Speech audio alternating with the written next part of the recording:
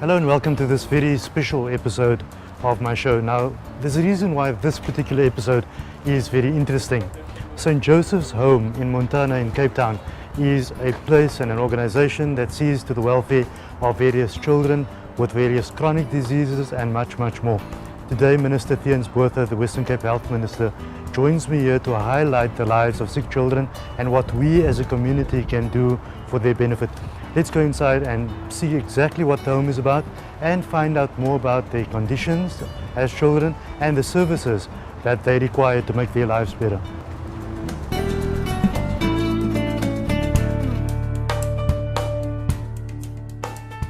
Mr. Welcome to the program.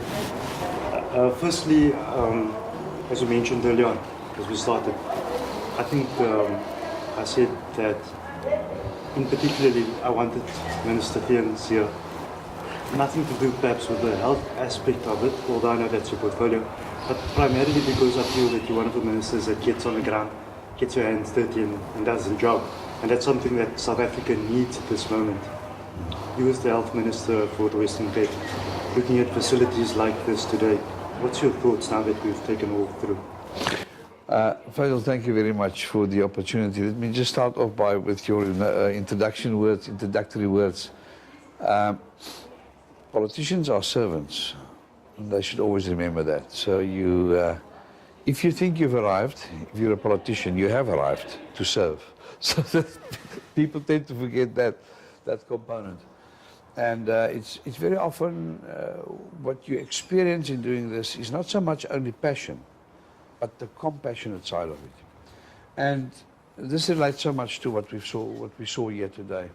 It's my second visit to this facility, and I'm actually, I haven't got the words to describe what work is done here by remarkable people. How many angels are they working at this facility, looking after our children, doing things that we just accept as, we take it as for granted, which they do for children and care for them and walk the extra mile and so on. So it's been a very pleasant experience, and my department obviously subsidized this institution, but with the emphasis on subsidize.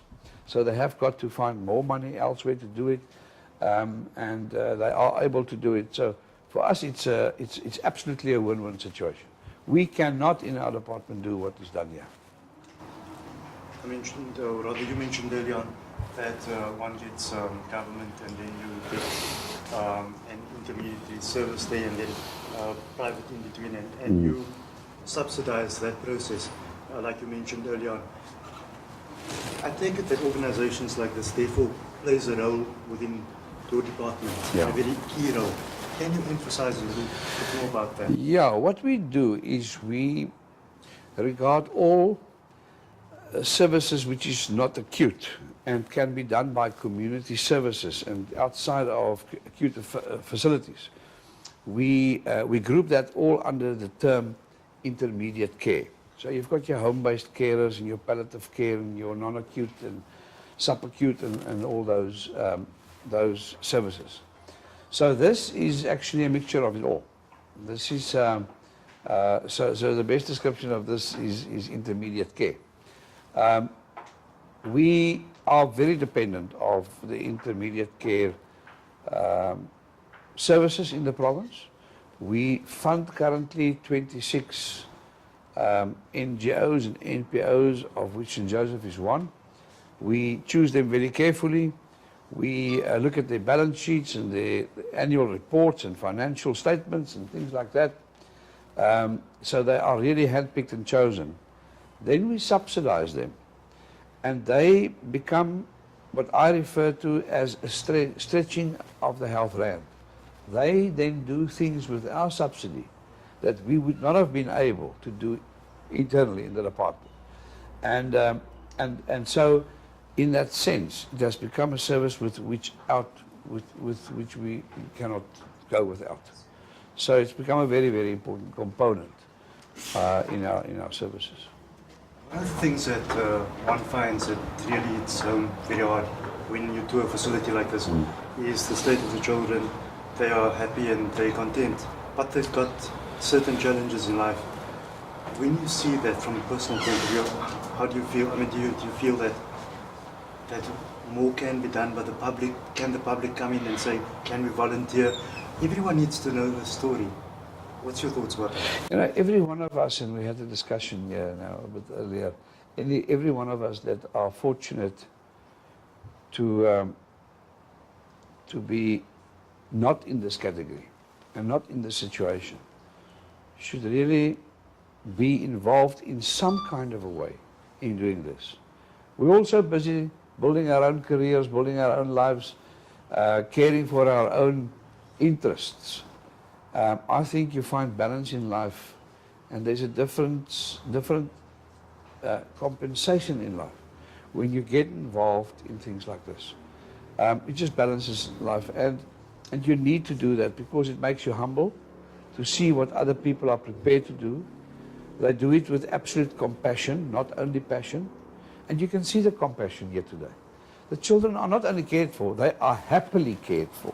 You know, they're smiling, they're in a very good space. And that is something that I think ordinary citizens, I want to invite them, become part in some way and experience what people are doing, because it is so good for mind and body and soul to see what's going on here. You looked very happy with one of the children, and Yeah. that coming across. I take it that your job in that way, I know that you have a department to run, and it's a very big department, but I think that on a personal level, there's some benefit in terms of fulfillment, rather, for people like yourself to see this happening. We get caught up in numbers. We get caught up in the business of what we are doing. In my case, you know, we're working with 5.3 million patients. You work with a budget of 16 billion rand. You have 600 facilities. You have 32,000 staff members. In this process, you lose contact with the individual. And therefore, I spend less than 1 day a week in office. I want to be amongst people. And technology allows you nowadays to roam around. You know, I work on my iPad, I drive in the car, work on the cell phone. But the human touch, the human interaction is the thing. And I say to my department, you have 20 million interactions per year. Use that as a positive interaction. And you can make a massive difference without medicine and without treatment, just by souls meeting and body and souls interacting. So that is so important. And when you work with big numbers like we do, then people tend to forget about the individual involved. So one of my biggest emphasis when I took office was to become again patient-centered, so that the individual can have an experience, a better experience. And I saw this here today. You can see the interaction between staff and children and everyone involved. I mean, I even saw a few stars here today. You know, you can see they just thrive with cameras and people coming to them. So you can see there's love and compassion here. And I think specifically and especially with our country's history of division and sadness, that we are extremely fortunate to be living in an era where we can make it right. It's now our time to become really one nation and share and care for each other. And from a government point of view, we cannot care for these children in the way they are cared for here. So it's money well spent. And I wish I can triple this facility, but we haven't got the means to do so. Saying that, Minister, you said that it's all about making a difference, and I can say that with you coming here today and honouring that invitation, I take it and I think that people in the Western Cape especially know that you in your department are making a difference, and we thank you for that, and we thank you for joining us today. Thank you. You know, I think we should realize as individuals that it's not going to happen elsewhere. It's not going to be done by someone else. You've got this space now, you're put in a position, use it and make a difference. Thank you, Minister. Thank you for your input as well.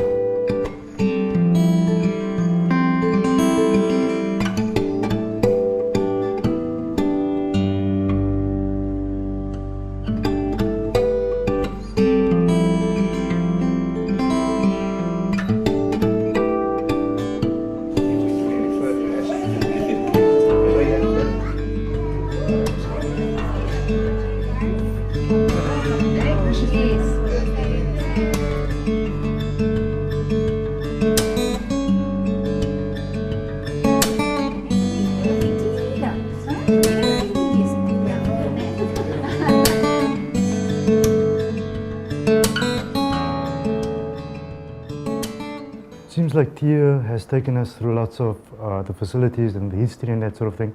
We now chat to Tia Patterson, who is the director of the home, to find out more about their operation. Tia, welcome to the program. Thank you. Now, today's been an exciting day. The Minister was here, Oros Man was here, there was lots of activities for the children and yourselves. What's your thoughts now that today has happened? Well, as you said, I think it's been a very exciting day. I think the children loved it, and that to me is always the most important, that it's fun for them. And I'm very pleased that they weren't too frightened of the Oros Man. Yes, and it's exciting. It's always nice to have the Minister of Health here, and I think he's a very committed man. And as he said himself, he's very energetic and he likes to see things happen. And it was very reassuring for me to hear his good words and the praise he gave the institution, so that was very nice. Obviously, the fact that we all out here today is the very fact of your operation, and that is that we want to highlight the work that people like yourself and your team, and you as director of this operation, and the work that you do. I take it it's challenging at sometimes and rewarding at sometimes. Tell us a bit about that. Yes, now I'm pleased you mentioned a team, because it certainly is a whole team approach. I'm very fortunate to have many managers, and they assist me in doing my job. So I think the institution, we're very fortunate in that we've got a very good track record. We've been an institution of long standing. We're well funded by the government. Of course, not enough. We always could have more funding from the government. But we do enjoy a very good relationship with the government, which helps. And I think we're also an organisation that has been quite innovative. You can see from the early beginnings, we look at the challenges and the needs out in the community, and we respond to the changing needs. So over the years, the profile of disease has changed, and we've tried to respond to those needs. As recent as 2002, we opened an HIV/AIDS ward in response to the need, and you must remember that was before the rollout of ARVs. So we were able to accommodate 25 children who were then infected with AIDS, and look after them, and we even sponsored some of their treatment then until the rollout of ARVs came on into being. And then that was in 2002, and then in 2008 we resurrected, that's the best word I can use, a nursing school that had started in 1974, and we now train our own nursing assistants, or the new term will be nursing auxiliaries, and they do a year training, and we have a German donor who gives us a lot of money, and we train the nurses free of charge, and we're able to put through about 20 students every year, which has been great, and we've done that now for the past 6 years, and that's been very pleasing as well. And then just in last year we've had another new development where we're looking at enhancing our rehab services. We've always done a multidisciplinary service in the home, but now we've wanted to enhance the rehabilitation, because we have found out at the acute hospitals children weren't coming back for follow-up treatment once they've been discharged. So we have now embarked on providing that service. I noticed that the landscape of your services changes all the time based on the needs of the community at the time. So as you're going through the years, certain things changes, and you seem to adapt to all of that all the time. Do you think that's one of the reasons for the successes of St. Joseph's? I do think it is an excess. I think that we've also tried to, it's very interesting for me because we've actually nearly done a full circle, because this home started for children with polio and TB spines and rickets and malnutrition all those years ago, and then the model changed a bit into more medical conditions and chronic illness. Then we've had years of treating the chronic illnesses. Those were heart, lung and kidney failures and congenital abnormalities. And now we're going back to quite a lot of physical disabilities, but a lot of neurodevelopmental challenges. Children who've had TBMs, which is traumatic brain injuries, either through cerebral palsy or through road accidents, or a whole range of conditions. And we're doing a lot more therapy now with them, and because there's a great need for it. So I think we try and put our ear closely to the ground and find out what is the need in the community, and where the communities are taking stress and strain. This home has always been committed to serving the poorest of the poor. So we've never been a paying institution. So we only treat the public. One thing that was evident and prevalent today was that a lot of people that came along from the various sectors, they seem to have been very inspired by what they saw, because sometimes we are very stuck in this bubble which we call, and when we delve out of that and we see certain things, our eyes open up to certain things. I know that our viewers at the same time are sitting at home and watching this program and seeing lots of things happening, not knowing that the type of work that you're involved with, because they're not exposed all the time. How does the public get involved on any level? I know there's funding. How else do they get involved, just to give a bit of themselves? No, we've got a resource development department, so anybody who's interested in working and volunteering at the home, we've got a very good volunteer program, and that's for local volunteers and overseas volunteers. And they must just apply to the home on our website or come here personally, and they will be given an interview and a form to fill in or a contract to sign to volunteer here. So there are many ways of helping.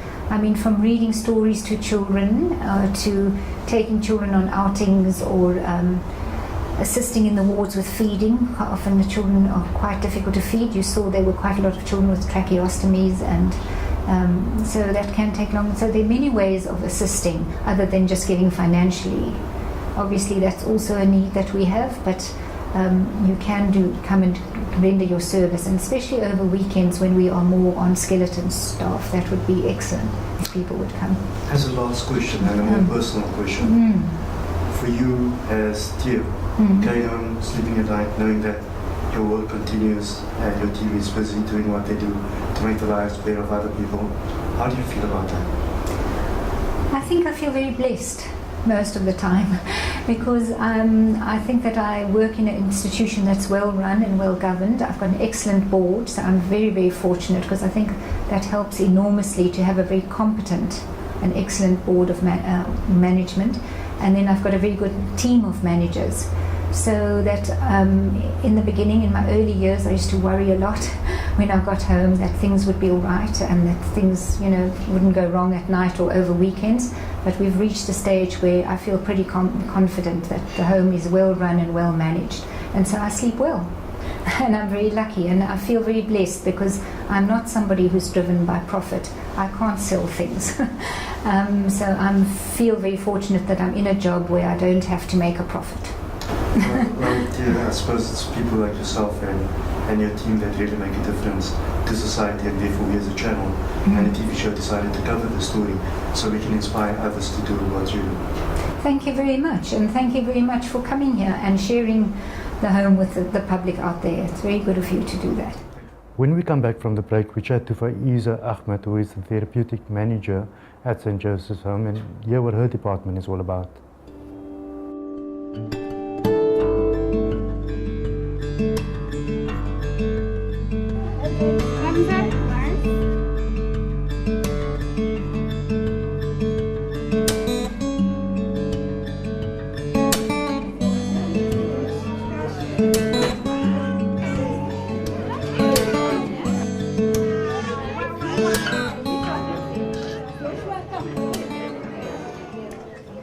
Faizal, welcome to the program. Thank you. Now, I noticed that you're the therapeutic manager here at St. Joseph's. What does that entail? Basically, I'm in charge of the therapy team at St. Joseph's Home. So my team basically consists at St. Joseph's Home. We've got 2 physios, 2 occupational therapists, 1 speech therapist, and 2 social workers on staff. Yeah. So I basically manage that department, and we look after the therapeutic needs of the children at the home. Yeah. When you say therapeutic needs, I suppose in different areas of health it might mean different things, but specifically for the home, practically what does that mean? Okay, when the child gets referred from the acute hospital, they come to this facility because the hospital most of the time can't accommodate the children for a long time because they push for bed space. And we sort of fill that gap, and we take the children in here and we provide a service to them where they not acutely ill anymore, but they still require input so that they can recover and go back into their home environment and functioning. So basically our focus is to give them, to enable them to function in society again. So that's mostly our focus is on there. Yeah. Now, dealing with children might be a bit more challenging than dealing with adults, especially the understanding of that sort of thing. How do you cope with that sort of thing? I know that there's training involved, but at the same time there are challenges involved when you get really out in the field. Do you in your department cope quite well with that aspect? Yes, I think we are, because we are tuned into pediatrics, and that's basically our passion, is working with children. And also because when you work with children, you don't just work with a child. You actually work with the whole family and everybody that's involved in the child's life. So parent training is a huge aspect of what we're focusing on, because you have to look at the child in context. Okay, if the child is going to go back home into a school environment, back into the home environment, creche, we actually involve all those people, and we look at all those role players, and we try to get them input from all of them, and we sort of focus our therapy on that. Yeah. So you have a situation where child X comes in and they're in a certain state, and by the time that they leave or get settled down, you see certain results. Personally, how does that make you feel? Oh, that I think is absolutely wonderful. I think we all get, most of the therapists is that we get a lot of job satisfaction to see how you actually improve the quality of life of people and the impact that you make in people's lives. Yeah. So being at St. Joseph's and the services that St. Joseph's offers is therapeutic to you yourself, I take it, and your team. And I think that's important to do something that's fulfilling on both sides. When it comes to cases and advice to the public, within your framework, what advice do you have for the public in terms of getting involved with your department and I think in terms of our department is that we basically, what we're doing at the moment, we're busy with a rehab project at St. Joseph's Home, which is a new project that we've started up. This is a project that the public get involved in. Yes, it's something because we want to promote. Lots of the children, they come to us, but we rely a lot on the acute hospitals still for equipment and stuff, so sponsorship in terms of that, perhaps that could be useful, because lots of kids, they can't afford things because they come from low socioeconomic circumstances, backgrounds and so on. So sponsoring a child in that way, in terms of equipment, because sometimes they need adaptive stuff, which we can't always give to them. We don't have always the financial means to do that. Yeah. So I think that the public is urged to continue getting in contact with them all the time and do their bit to help you do your bit. Faizal, thank you for joining us. Okay, welcome. Now Audrey Kura is here, and she's the matron. The matron normally plays a very important role in any medical facility. We chat to her and find out what her job is all about. Audrey, welcome to the program. Now, you're the matron, and the matron plays a certain and a very important role in an organization like St. Joseph's. Tell us a bit about your job.